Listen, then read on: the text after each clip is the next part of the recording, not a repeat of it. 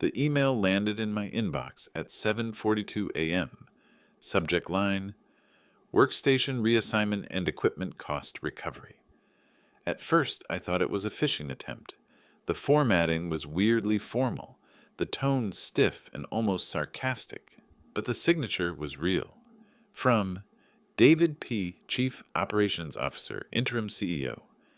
Effective immediately, your assigned desk, chair, and accessories will be reallocated to the new Logistics Analyst lead per departmental realignment. As part of the asset recovery process, you are responsible for reimbursing the company for equipment usage and depreciation not covered under your employee benefits plan. Please remit payment of $3,270 within 14 business days.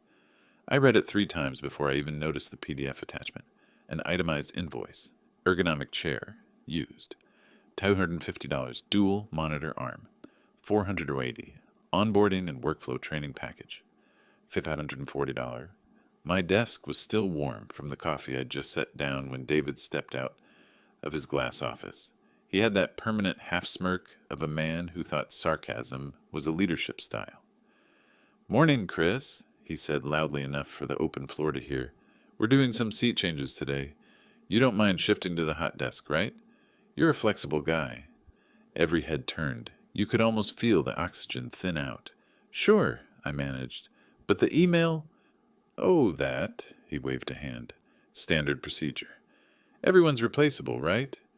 He said it with a grin that might have been friendly if it hadn't landed like a slap. Laughter rippled through the nearby cubicles, nervous and forced. Replaceable. I don't know why that word stuck the way it did. Maybe because I'd been the first one in that morning, as usual. Maybe because I'd stayed until midnight the night before fixing his quarterly deck after the new hire botched the pivot table. Or maybe because it was exactly what I already feared. By noon, my nameplate was gone. The new guy, a golden-haired efficiency consultant from one of David's previous startups, was sitting at my desk, spinning in my chair, bragging about his MBA. I was moved to the collaboration corner, which was really just a recycled standing desk by the printer. My monitor wobbled with every page that came out. Someone had stuck a post-it on the wall. "Please don't lean." No one said anything directly to me, but I could feel the eyes. Pity mixed with curiosity. The way office people look at a man who's still employed, but already fading out of the system. By 2 p.m., HR sent a follow-up memo reminding all employees of equipment liability for personalized workspace assets. The timing wasn't a coincidence. That night, I sat in my car for 15 minutes before turning the key. Rain tapped on the windshield like static. I scrolled through my sent folder, dozens of emails over the past 2 years. Process improvement notes, after-hours patches, my reports that fixed routing errors and saved the company thousands in courier fees. Every single one signed off by David with a casual, "Nice work." Replaceable. I opened my glove compartment, pulled out a folded copy of my ADA ergonomic approval letter from last year, signed by HR, granting me that very chair and monitor setup for chronic back issues. I'd kept it out of habit. My dad always said, paperwork wins wars. So I started saving everything. Every memo, every Slack thread, every calendar invite, screenshots of timestamps, copies of system logs showing I'd been online until 1:14 a.m., most nights during quarter end. The next morning, David called an all-hands meeting. "We're streamlining," he said, pacing like a TED Talk gone wrong. "No one here is special. We're a machine, interchangeable parts, people. If you can adapt, the door's right there." He made eye contact with me when he said it, just long enough. Afterward, one of the developers, Marcus, stopped by the printer and muttered, "That was brutal, man. You okay?" I smiled the way people smile when they're not. "Yeah, I'm fine." But something inside me clicked. Quiet, cold, mechanical. That afternoon, I went into the shared drive and downloaded copies of the internal policy documents. Employee equipment use, policy, 5.3. Health accommodation records, intellectual property addendum, contractor conversion. I read every line, slow and methodical like a surgeon tracing arteries. Clause 4.6. Ergonomic equipment provided under health accommodation is non-reimbursable. Clause 7.2. Automations, templates, and process scripts authored independently by employees remain the intellectual property of the creator unless separately compensated or commissioned. They had no idea. At 6:37 p.m., I wrote my first email back to HR. Hi, Angela. Regarding invoice, Navi 427 and equipment reassignment. Could you please confirm the basis for reimbursement, considering the chair and monitor were part of an approved ADA accommodation? Also, please clarify whether training package refers to company-wide onboarding. I'd appreciate a written response. No emotion, no sarcasm, just precision. She replied at 7:04 p.m. We'll look into it, that was all. But we'll look into it is HR language, for we didn't expect you to push back. The next morning, the new analyst was asking me for help running my old automation scripts. The irony made me laugh out loud. He couldn't even find the shared folder where they lived. Sorry, I said. I'm a little busy at my new desk. I watched him fumble with the keyboard.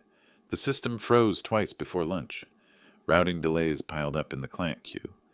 David walked past my printer station around 4 p.m., face tight. He didn't say anything this time.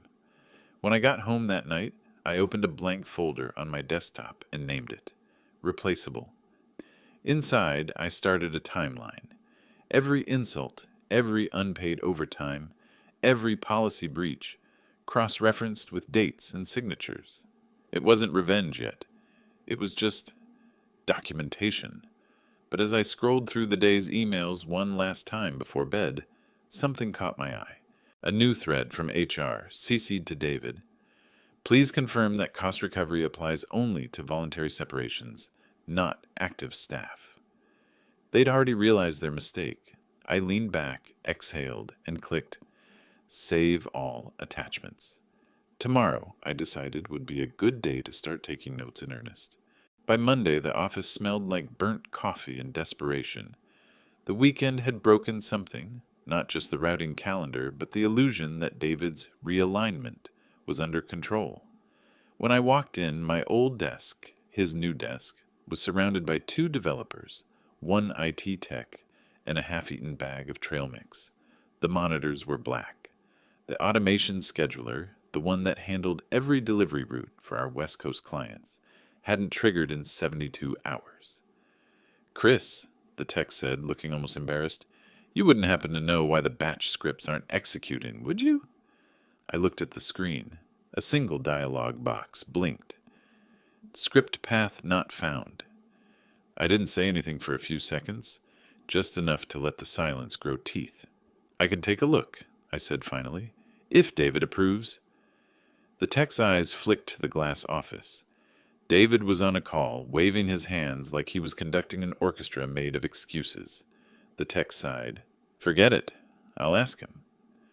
By noon, David called me in. Look, he said, arms crossed. I know you're upset about the desk thing, but I need you to fix whatever's happening with the routing scripts. The new guy's still onboarding? I almost laughed. You mean the training package I apparently owe $3,000 for? He didn't flinch. We can talk about reimbursements later. Just get the system running. Sure, I said. I'll need admin credentials to access the root folder. Why? You wrote it. Exactly. And when I wrote it, the folder was hosted under my user directory, which you deactivated on Friday. The silence that followed was better than coffee. David pinched the bridge of his nose. Fine. It will reinstate your access for 24 hours. Make it 48, I said, smiling. Backups take time. When I got back to my temporary desk, I opened my private logbook, Replaceable log v2.docx, and started documenting everything.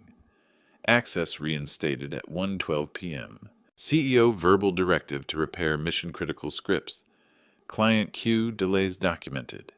Estimated loss, 24,000 hours in SLA penalties.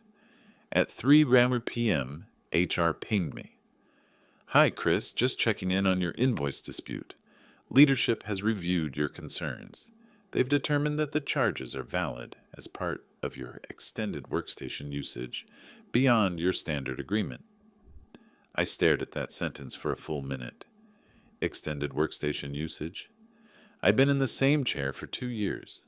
I replied instantly, "Can you please clarify which section of the employee equipment policy defines extended usage? I've reviewed V2.3 and don't see that term listed." The typing bubble appeared, then disappeared, then reappeared. "We'll get back to you shortly." That was HR speak for "we're panicking quietly." While I waited, I opened Outlook and started pulling old threads, the ones with time-stamped approvals from Angela, HR, and our former COO about my ADA accommodation. Screenshots, PDF saves, the works. Then I opened the payroll records. 92 hours of logged off-clock adjustments during Q2, all marked unpaid maintenance. They docked me for fixing their errors. At 5:37 p.m., I sent myself a zipped folder titled Archive Backup, encrypted with a simple key. Inside, HR memos, pay stubs, ADA approval, invoices, and the entire script repository. I didn't plan to use it yet, but the trick with leverage isn't pulling the trigger, it's knowing you have one. That night, Marcus called. "Man, everyone's losing it. David's been yelling at IT for an hour. Said he'll fire someone if the system isn't up by tomorrow." "Guess he should have kept me at my desk," I said. Marcus hesitated. "You didn't, break anything, right?" "Nope. Just didn't fix what wasn't my problem anymore." He laughed nervously. "You're playing chess while they're eating crayons, huh?" "Something like that." When I hung up, I opened a new tab. State Department of Labor. Wage and Hour Complaint Portal. I didn't submit anything yet, but I bookmarked it. Tuesday morning, HR summoned me. Angela looked like she'd slept under her desk. David sat next to her, pretending to be patient. "We want to clear the air," Angela began. "The invoice was standard policy." "Show me where," I said. "Excuse me?" "In the policy document, the section about reimbursement for company property under active employment. Show me." She opened her laptop, scrolled again. Nothing. David jumped in. "Chris, don't make this difficult. This is just a misunderstanding." "Oh, it's not difficult. It's just expensive." His jaw tightened. "Are you threatening me?" "No," I said calmly. "I'm documenting you." I pulled a small notebook from my bag, flipped it open, and wrote, "Meeting with CEO and HR, 10:12 a.m. Verbal confirmation of undocumented policy." Angela's voice cracked slightly. "Chris, there's no need to take notes." "There's every need," I said, "especially since you've just asked me to pay $3,270 for a medical accommodation approved by your department." The air went cold. David leaned back in his chair, eyes narrow. "Watch your tone." I smiled. "Oh, I'm being very careful with tone. It's the facts that worry me." That afternoon, the routing scheduler went down again. Entire client queue stalled. By 5 p.m., every senior manager knew whose scripts they'd broken. The office was silent except for the buzz of fluorescent lights. At 6:15 p.m., I received another email from HR, short, clipped, and almost panicked. "Per leadership review, please disregard the previous invoice. The charges were issued in error." No apology. No explanation, just error. I should have felt vindicated. But instead, I felt something sharper. Confirmation. They weren't just wrong, they were sloppy. And sloppiness was leverage. So I drafted one last message before heading home. "Hi, Angela. Appreciate the clarification. Please also confirm in writing that no disciplinary actions are pending or planned in connection with this dispute. I'd like to close the matter formally. The best traps are made of politeness." When I left the building, David was standing by the glass wall, watching me. His reflection hovered behind him like a shadow that didn't quite belong. I nodded once. He didn't nod back.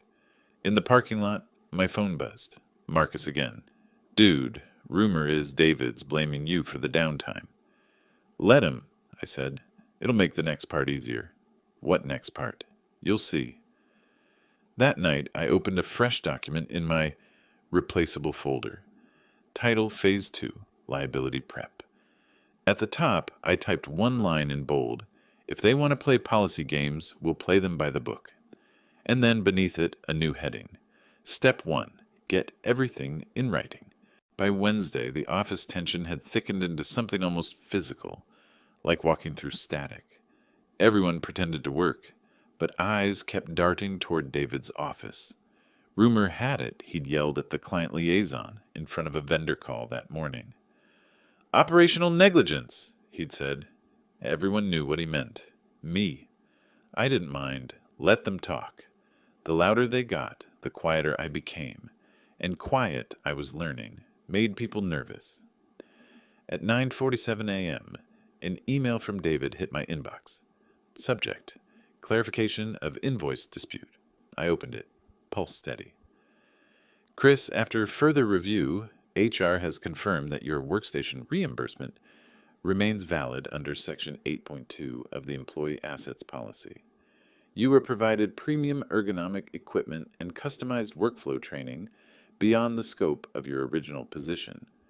Per company procedure, these costs will be deducted from your final paycheck upon termination, voluntary or otherwise. Regards, David P., CEO, Interim. It was the final paycheck part that made me smile.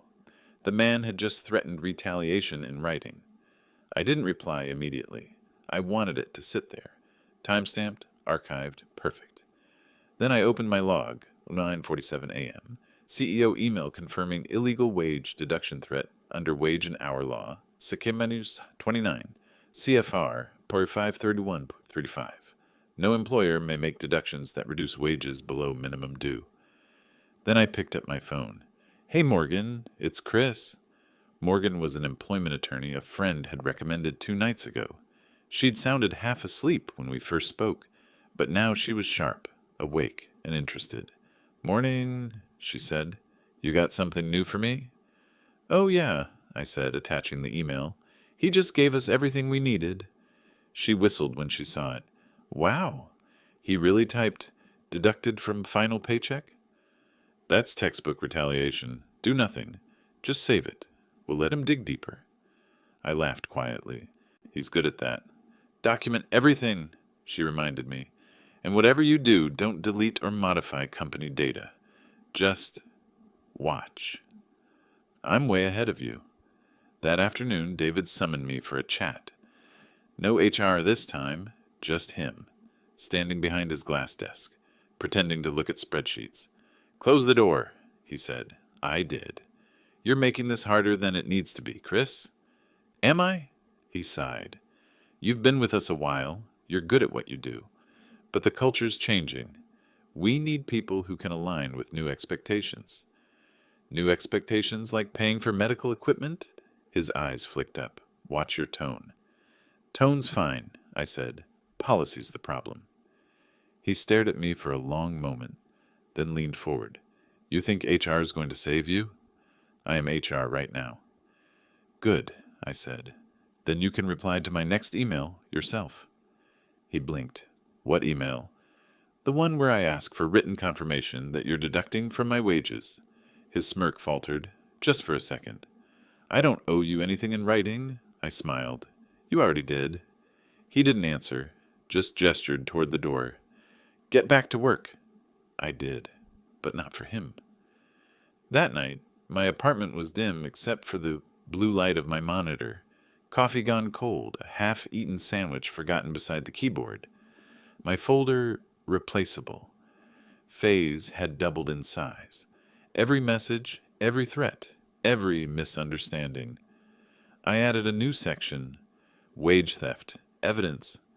Under it, screenshot of 92 unpaid overtime hours. Payroll summary, missing line items. David's final paycheck email. HR's retraction of the invoice marked as error. Each item cross-referenced by date, timestamp, and sender. At midnight, I drafted a summary memo. Factual, neutral, bullet-pointed. The kind that makes lawyers salivate. I titled it, Preliminary Incident Record, Christopher Lane versus North Shore Logistics. I didn't send it yet, but I printed a copy, slid it into a plain folder, and tucked it into my backpack. Just in case. Thursday morning started with chaos. The routing system went down again, only this time it crashed the client dashboard. Hundreds of shipments stalled. The new guy's fix had looped into an infinite recursion, an error I'd warned about months ago. By 10 a.m., David was red-faced, shouting across the bullpen. "Can anyone here do their job?" I raised my hand. "I can, for now." He froze. "What's that supposed to mean?" "Means I can fix it," I said, "but only if you authorize access through the original dev account." He hesitated, then nodded. "Fine. Just do it." Within 20 minutes, I had the system stable again. It wasn't hard. I'd built it to be idiot-proof, but apparently not CEO-proof. When it was done, he hovered near my desk. "Thanks," he said grudgingly. "Maybe you're not so replaceable after all." I looked up at him. Funny. That's not what the invoice said. He didn't respond, just walked away. By 3 p.m., HR sent another email, this time to everyone. Effective immediately, all communications regarding equipment reimbursements are suspended pending review. Translation: legal departments involved. That evening, Morgan called again. "Got your updates," she said. "He's in serious violation territory now. You ready to move forward? What happens if I file?" "They open an investigation. You'll be protected from retaliation under whistleblower provisions. Worst case, they settle fast. Best case, they get audited." I leaned back in my chair, staring at the dark window. My reflection looked tired but calm. "Do it," I said. "Good. Send me everything by morning. And Chris?" "Yeah?" "Don't tell them you have a lawyer yet. Let them hang themselves a little more." "Copy that." I ended the call and saved her contact under Morgan L., Phase 3. Then I opened my inbox one last time before bed. There it was. An email from David. Subject: unauthorized use of company data. "Chris, it has come to my attention that you've been accessing system logs and saving internal documents unrelated to your duties. This constitutes a potential breach of confidentiality. Failure to delete these files immediately will result in disciplinary action." I couldn't have scripted it better if I tried. At the bottom of his message, in small gray text, the automated signature read, "Sent from North Shore Logistics corporate server." Exactly the metadata Morgan needed to trace. I forwarded it to her with a single line. He replied in writing, exactly the way you hoped he would. Then I shut my laptop, turned off the light, and slept better than I had in weeks. Friday began with an email blast. Subject: system maintenance downtime, 48 hours. The notice claimed scheduled updates, but everyone in the office knew it was damage control. The truth? They were trying to figure out why the automations kept stalling without me. It wasn't sabotage, not really. When I'd first built the routing scripts, they ran through my dev account, my credentials, my directories, and a series of API calls that required authentication tokens generated from my original contractor profile. Before becoming a full-time employee, I'd been brought on as a consultant. When they converted me, HR sent a new contract, a copy-and-paste job that left out one critical line. All intellectual property created under this agreement remains the sole ownership of the author unless expressly transferred in a separate written contract. They forgot to delete it. I didn't forget to notice. It was my quiet insurance policy. One sentence buried on page 6 of a PDF no one but me had ever read. And now, that single sentence was worth more than my entire annual salary. At 9:13 a.m., I got an email from IT. "Chris, we're running into permission errors with the legacy automation. Did you recently change the script access tokens?" I smiled. "Nope," I replied. "They're still tied to the original developer key."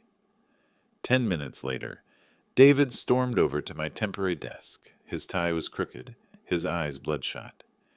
"Did you do something to the writing software?" "No," I said calmly. "I just followed the policy." "What policy?" "The one that says any tools or automations I develop independently are my property, unless otherwise compensated." Section 7.2. He blinked. "That's not enforceable." "It's signed," I said, "by HR, dated the day they converted me." His mouth opened, then closed again. "You're bluffing." "I can show you the file if you'd like." He didn't ask to see it. Instead, he muttered something about "legal will handle this," and stormed off toward the conference room. By lunch, my phone buzzed. Unknown number. "Chris Lane?" "Yes." "This is Lydia from North Shore's legal department. We'd like to clarify your claim about intellectual property ownership. Are you suggesting the company doesn't have access rights to your automations?" I leaned back, staring at the ceiling. "Access? Sure. Ownership? No." "I see. And where exactly are these files stored?" "In my private repository," I said. "Under my personal license. It's protected. And before you ask, it's completely legal under my original contract. I can send you the clause." Lydia's tone sharpened. "Please don't. Legal correspondence should go through HR." "That's fine," I said. "Just make sure they copy me when they clarify." Click. Call ended. Perfect. Every conversation, every email, every subtle threat, all part of a chain. And every link in that chain was tightening around David's neck. That evening, the office was half empty. The new guy, the replacement, was pacing near my old desk, sweat blooming under his collar. "The API credentials don't work," he muttered. "Everything times out." I pretended not to hear. At 5:24 p.m., David sent a company-wide Slack message. "Team, please refrain from contacting Chris for technical support until further notice. IT is handling the situation." Translation: "We broke something we can't fix, and we're praying no one notices yet." At 6:02 p.m., my phone buzzed again. This time, a message from one of our biggest clients, Oak Ridge Freight Solutions. "Hi, Chris. We heard there's an issue with the automated scheduler. Our daily dispatches haven't processed. Can you confirm when it'll be resolved?" I stared at the message, then typed slowly. "I'm not authorized to speak on behalf of North Shore anymore, but I can help you understand the issue if you'd like a private consultation." They replied within 10 minutes. "Please schedule a demo. Monday morning?" "Of course," I wrote back. "I'll send a calendar invite." When I hit send, I knew exactly what I was doing. The demo would take place outside the company network, on my personal system, under my own IP. Nothing confidential, nothing proprietary, just me walking them through my framework, my design, my automation logic. If North Shore wanted to fix it, they'd have to ask nicely, or pay. Saturday morning, my lawyer, Morgan, called. "You're moving fast," she said. "Good." I might have just scheduled a client demo. There was a pause, then a low chuckle. "Please tell me it's not on company time."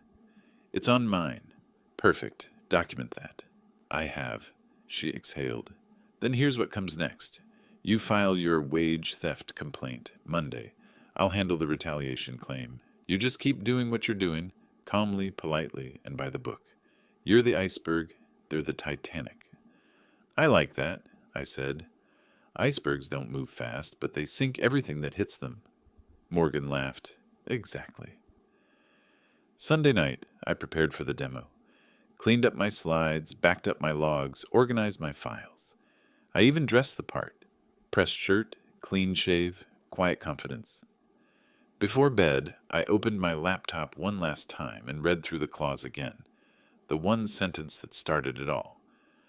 "All intellectual property created under this agreement remains the sole ownership of the author unless expressly transferred in a separate written contract." No signature could erase it. No policy update could override it retroactively. And the best part? They'd archived that very contract in their HR system.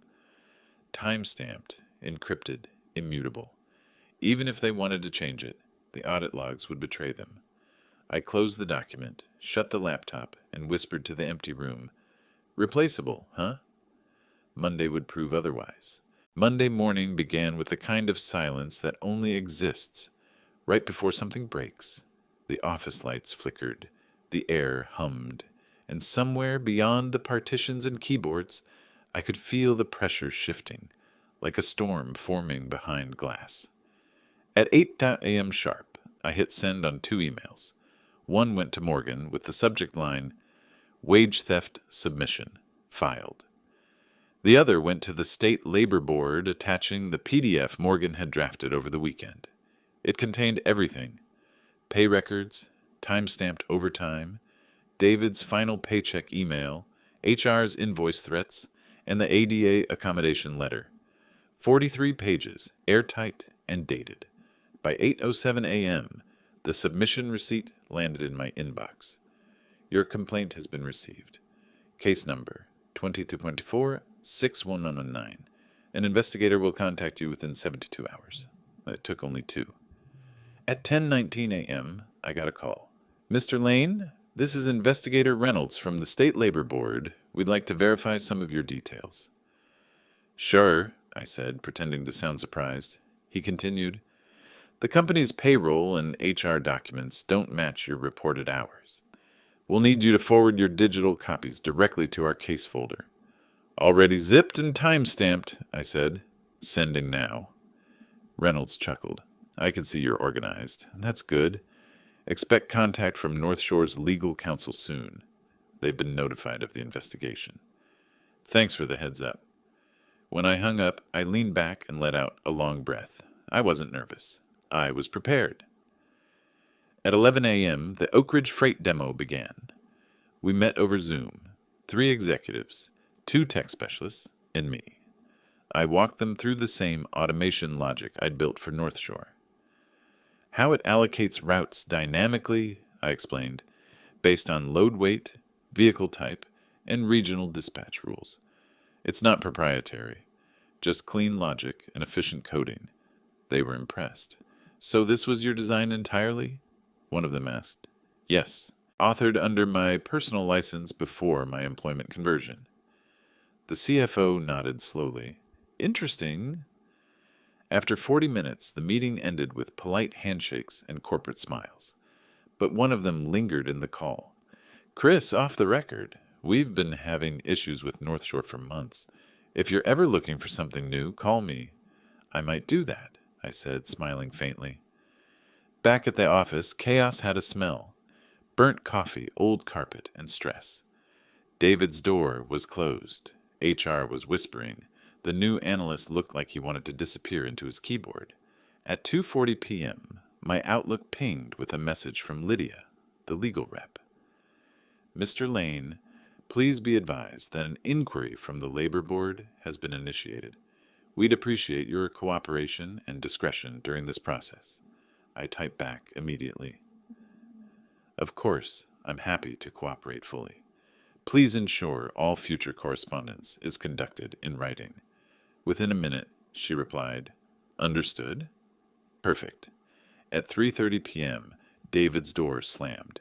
He came out pacing, holding his phone like it was a grenade. "Who filed the damn complaint?" he barked. "Who's leaking documents?" Nobody answered. I kept typing. His eyes swept the room, landed on me, and narrowed. "Chris, my office. Now." Inside, the blinds were drawn. The air smelled like stale anger and cheap cologne. "You think you're clever?" he hissed. "Going behind my back with HR, with legal, with whatever agency you dragged into this?" "I didn't drag anyone," I said. "They reached out to me." "Bullshit." I didn't blink. "You sent me an invoice for $3,270 for medical equipment. You threatened to deduct it from my final paycheck. You told HR to handle it. That's illegal, David. You made it illegal." His hands trembled slightly. "You don't have proof." I slid a printout across the desk. His own email stared back at him. Signature, timestamp, metadata, and all. "Now you do," I said. He slammed the paper down. "You're done here." I'm aware, I said. I'll wait for the written notice. I left before he could respond. By evening, the entire company had felt the tremor. The client dashboard was down again. The internal Slack channel, ops updates, filled with quiet panic. Marcus texted me, "Man, what did you do?" "Legal and IT are on a joint call. They're freaking out." "Just giving them something to read," I replied. He sent back a skull emoji. Tuesday morning, 9:15 a.m. The phone rang again. "Mr. Lane, this is Investigator Reynolds. Quick update. North Shore's counsel has submitted preliminary statements. Their responses contradict documented timestamps." I grinned. "Meaning?" "Meaning," Reynolds said, "their story doesn't match their own audit logs. They're in trouble. We've escalated to the compliance board. Expect a written notice of investigation within 48 hours. "Thank you," I said, "for keeping me in the loop." He paused. "Off record, you did everything right. This case is textbook. Don't delete a thing." "I won't." When I hung up, I opened my folder. A replaceable phase for evidence by legal. At the bottom, I added a new note. 10:04 a.m. State Labor Board confirms formal escalation. CEO aware and unstable. By noon, David's office door was locked. Through the glass, I could see him shouting into the phone, gesturing wildly.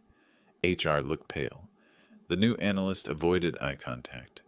At 2 p.m., Marcus walked by and whispered, "Dude, the board's calling an emergency meeting. You're trending in our internal Slack. Someone leaked your replaceable folder name."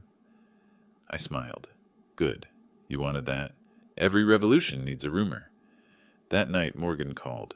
Her tone was almost cheerful. "Labor Board just pinged me. They're issuing a preliminary citation. $18,000 in unpaid overtime, $5,000 ADA noncompliance fine, and a pending retaliation audit." I blinked. "Already?" "They move fast because of your documentation. David's toast." "What about HR?" "Complicit. They'll settle." I exhaled slowly. "So what happens next?" "You wait," she said. "The board will contact their directors. The CEO will be forced to report to the shareholders. You'll probably get a call from someone above him very soon." Wednesday came with a different kind of quiet, the kind that follows surrender.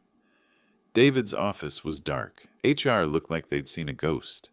An all-company email arrived at 10 a.m. Effective immediately, David P. has been placed on administrative leave pending investigation. All operational inquiries will be handled by the board's interim committee. The room erupted into hushed murmurs. Marcus turned to me. "Did you I just smiled. At 10:04 a.m., my phone buzzed. Unknown number again. "Mr. Lane? This is Robert Fletcher, Independent Director of North Shore's Board. We'd like to meet privately this afternoon to discuss resolution." "Of course," I said. "I'll bring my notes." When I hung up, I added one last line to my log. They thought I was replaceable. Turns out so was he. The board meeting wasn't what I expected. No glass walls, no polished table, no corporate theater. Just a muted conference room, the blinds half drawn, 4 people in expensive suits, and a pitcher of water that nobody touched. Robert Fletcher, the independent director who'd called me, sat across from me with a careful smile. The kind executives use when they're trying not to admit they're afraid. To his right, the head of legal. To his left, an HR rep I'd never seen before. "Chris," Fletcher began, clasping his hands, "thank you for meeting with us on short notice." "Of course," I said. "I appreciate the invitation." He nodded. "You've had quite a week." "I've had worse," I said. That earned a faint smile from the legal counsel. Fletcher continued. "Let's address the obvious first. The Labor Board's complaint. We've reviewed your documentation. It's thorough, exceptionally thorough, actually. Our counsel confirms there are serious compliance failures." He paused, choosing his words. "We'd like to resolve this quickly and quietly." I didn't respond. I wanted him to keep talking. "In recognition of the errors," he said, sliding a folder across the table, "the company is prepared to offer full restitution of unpaid wages, plus penalties and legal coverage. Additionally, we'll issue an apology letter acknowledging the ADA violation. I opened the folder. The top page was a settlement draft, line by line, unpaid overtime compensation, 18,412 of wage theft penalty, $9,000 an ADA noncompliance fine, $5,000 legal reimbursement, $2,800 miscellaneous adjustment, $3,070. I looked up. You kept the invoice. The legal counsel nodded. Per your complaint, the $3,270 reimbursement has been reversed and multiplied by 10 as a goodwill correction. 10 times, $32,700. The number glowed on the page like poetic justice rendered in accounting font. Seems fair, I said quietly. Additionally, Fletcher continued, the board has voted to terminate David P. for cause. HR is under restructuring. We'd like your confirmation that this settlement will close all pending complaints. I closed the folder, tapped it once with my fingers, and said, yes, on one condition. Fletcher leaned in. Which is? That clause, I said.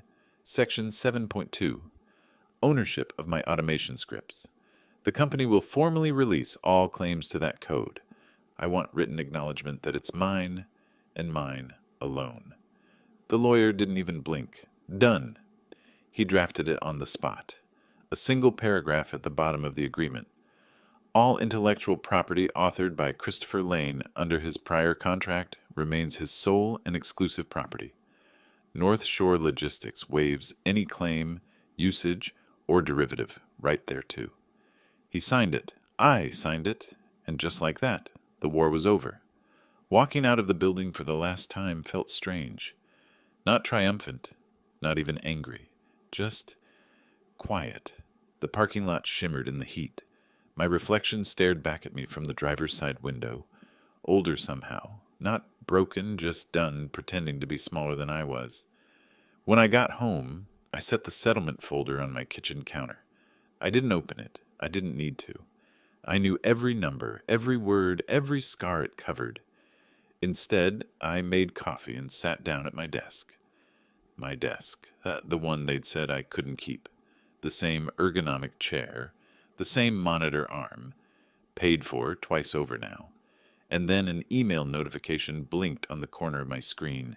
From Oak Ridge Freight Solutions, Executive Office Subject, Partnership Opportunity. Chris, following your demo, we'd like to formally invite you to consult with Oak Ridge on developing an internal logistics automation framework. Remote position, flexible hours, competitive rate. We'd like to work with you directly. I laughed, the kind of quiet laugh that comes when life finally folds the right way. Later that evening, Marcus called. Dude, the whole office is talking about it. David's out. HR's cleaning house. They said the board used your report as a training example. Glad to know I'm useful again, I said. You're a legend, he said. You actually beat them. I didn't beat them, I said. I just made them read their own rules. He laughed. Still, drinks on you when you're rich, yeah? Deal. I hung up and looked around my apartment.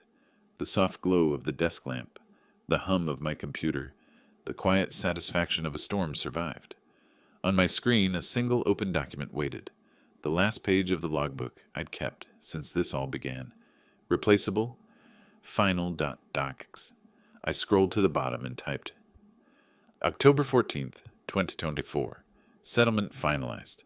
Company admits fault. CEO terminated. Case closed. The $3,270 debt that started it all turned into $32,700 in compensation, 2 job offers, and one undeniable truth. I was never replaceable. I was just undervalued. I hit save and closed the file. Outside, the night was calm. No thunder, no rain, just the kind of stillness that comes when justice finally finishes its work. I leaned back in my chair, and smiled. They'd taken my desk, my dignity, and tried to bill me for it. In the end, they'd paid for both, with interest.